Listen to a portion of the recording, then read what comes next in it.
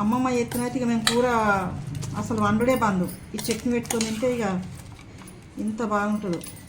అవును, నాకు కూడా చాలా చాలా నచ్చిన రోటి పచ్చడిలో ఇంకా నువ్వు వేసేది ఇదే మస్తు ఉంటుంది. రోట్లో నూరుకుంటే ఇంకా మంచిగా ఉంటుంది.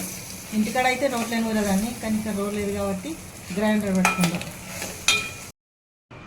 బాగా పేస్ట్ లెక్క పట్టుకోవద్దు, కొంచెం ఇట్లా అక్కల ముక్కలాగా పెట్టుకుంటే మంచిగా వస్తుంది.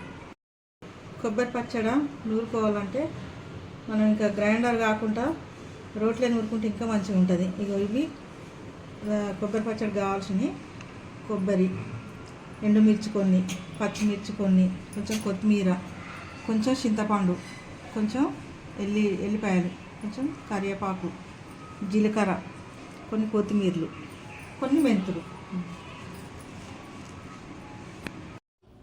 మనం కొబ్బరి రావాలంటే చెంచా పట్టినా కానీ రాదు, చాకు పట్టినా రాదు కదా. ఒక్క 10 నిమిషాలు కొంచెం చిన్నగా పెట్టుకొని పొయ్యి మీద తీయండి, ఇట్లా ఈజీగా వస్తుంది. పచ్చడికి కొంచెం నూనె పోసిన, కొన్ని మెంతులు వేసిన, కొన్ని కొత్తిమీరలు, అంతా ధనియాలు అంటారు కానీ మన కొత్తిమీర అంటారు, జీలకర్ర,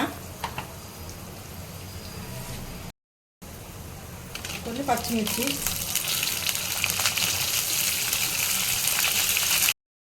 చికెన్ అన్న టెంపుల్ కాడ కొడితే పచ్చని వేసి ఎప్పుడు కానీ అతి వృధా చేయకూడదు.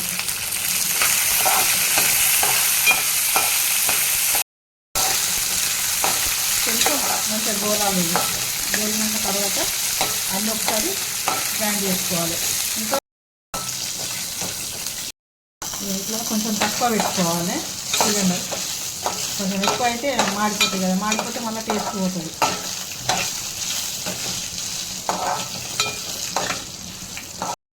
ఇప్పుడు వర్షాకాలం కదా, ఈ వర్షాకాలం కొంచెం నోరు కూడా మంచిగా ఉండదు, జ్వరాలు వస్తుంది, సర్దులవుడు. ఇట్లా ఎప్పుడెప్పుడు ఇట్లా పచ్చడి ఏమన్నా కొబ్బరి ఏమన్నా కొట్టినా కూడా దేవుని కాడ మిగిలితే ఇట్లా వేసుకోవచ్చు. చింతపండు కూడా వేస్తాం కదా, పులుపు కూడా మంచిగా వస్తుంది, నూరుకి ఇట్లా మంచిగా తినాలనిపిస్తుంది. ఫస్ట్ కొంచెం నూనె పోసుకోవాలి.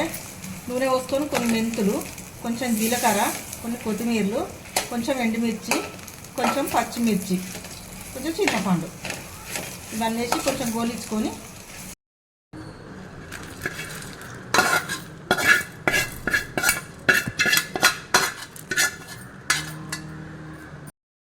ఇప్పుడు మనం గోలించుకున్నాయి. మళ్ళీ ఇప్పుడు ఎల్లిపాయలు, ఇది కొబ్బరి, ఇది కొత్తిమీర, ఇవన్నీ గ్రైండ్ చేసుకోవాలి. బాగా పేస్ట్ లెక్క పట్టుకోవద్దు, కొంచెం ఇట్లా అక్కల ముక్కలాగా పెట్టుకుంటే మంచిగా వస్తుంది. సరిపడా ఉప్పు కూడా వేసుకోవాలి. కోసం ఇక నూనె సరిపోయేంత నూనె వేసిన, కొంచెం ఎండుమిర్చి, కొంచెం కరివేపాకు, కొంచెం పోపులో మినపప్పు కూడా వేసుకోవాలి. ఇది మంచి గోలాలి. కొంచెం జీలకర్ర కూడా వేసుకోవాలి, కొంచెం ఎల్లిపాయ, కొంచెం పసుపు కూడా వేసుకోవాలి. అయిపోయింది, ఇవన్నీ అయిపోయినాయి. ఇక పోపు కలుపుకోవాలి.